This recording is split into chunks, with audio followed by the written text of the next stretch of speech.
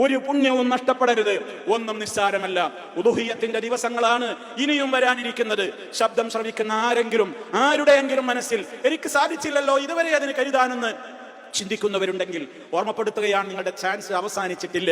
ഇന്ന് ദുൽഹജ്ജ് 10 നമുക്കായത്. 11, 12, 13 ദുൽഹജ്ജ് 13 മഗ്രിബിന്റെ മുമ്പ് വരെ നിങ്ങൾക്ക് അറവ് നിർവഹിക്കാം.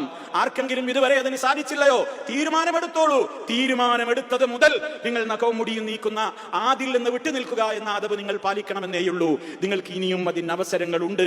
റഹ്മാനായ റബ്ബിന്റെ അവനെ വാഴ്ത്തിക്കൊണ്ട് അവന്റെ പേരിൽ മാത്രമുള്ള അറവുകൾ ലോകത്ത് കുറഞ്ഞു വരുമ്പോ വിശ്വാസികളെ നമ്മൾ അതിനുള്ള കാര്യങ്ങളെ സംബന്ധിച്ച് കൃത്യമായി തന്നെ ബോധവാന്മാരാകേണ്ടതുണ്ട്. ഒരു നന്മയും ചെറുതല്ല, ഒരു നന്മയെയും അവഗണിക്കരുത്. കിട്ടുന്ന അവസരങ്ങൾ ഇനി നമുക്ക് കിട്ടിക്കൊള്ളണമെന്നില്ല. അതിനൊരു ചാൻസിന് ഇനി നമ്മുടെ ആയുസ് ബാക്കിയായിക്കൊള്ളണമെന്നില്ല.